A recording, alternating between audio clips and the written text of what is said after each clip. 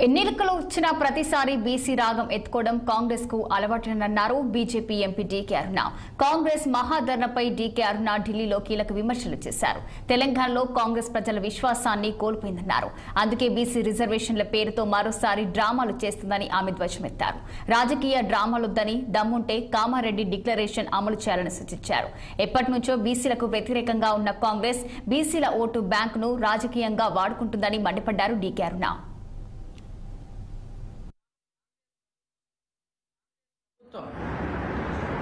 బీసీలకు 42% రిజర్వేషన్లు కల్పిస్తామని కామారెడ్డి డిక్లరేషన్లో బీసీలకు రిజర్వేషన్ల గురించి మాట ఇచ్చి ఈరోజు మాట తప్పి కంప్లీట్గా ఇంకొక పాట పాడుతూ ఉంది. ఈరోజు అదే 42% బీసీల రిజర్వేషన్లో 10% ముస్లింలకు ఇవ్వాలని నిర్ణయం చేసుకున్నది. ఈరోజు గ్రామ పంచాయతీలకు ఎన్నికలు లేక ఈ పార్టీ అధికారంలోకి వచ్చిన నాటి నుంచి ఇప్పటికి కూడా ఎన్నికలు జరపలేనటువంటి పరిస్థితిలో ఇవాళ ఉన్నది.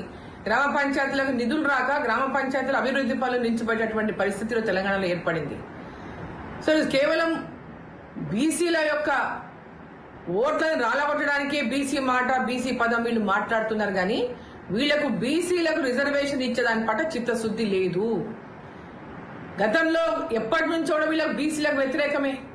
కేవలం ఓటు బ్యాంక్ రాజకీయాలు చేయడంలో తప్పితే బీసీలకు ఏనాడు కూడా కాంగ్రెస్ పార్టీ అండగా నిలిచింది లేదు.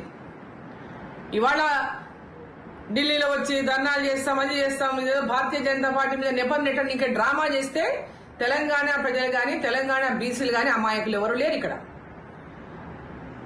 కేవలం ప్రజలని మోసం చేయడమే లక్ష్యంగా పెట్టుకున్నది ఇలా కాంగ్రెస్ పార్టీ.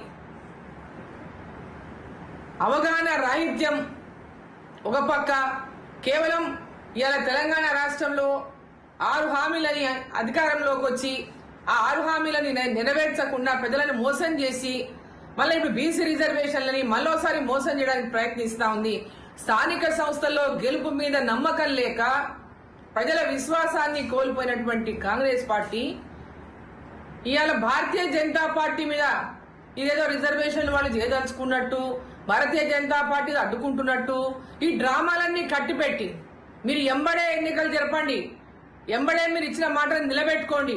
అంతేగాని భారతీయ జనతా పార్టీ మీద నెపం నెట్టడం గాని తప్పించుకున్నటువంటి ప్రయత్నం చేస్తే తెలంగాణ బీసీలంతా కూడా మీరు చేసినటువంటి ఈ యొక్క ద్రోహం ఏదైతే ఉందో, ఏదైతే మోసం ఏదైతే ఉందో ప్రతి ఒక్క బీసీ కూడా గమనిస్తామని తెలియజేస్తాను.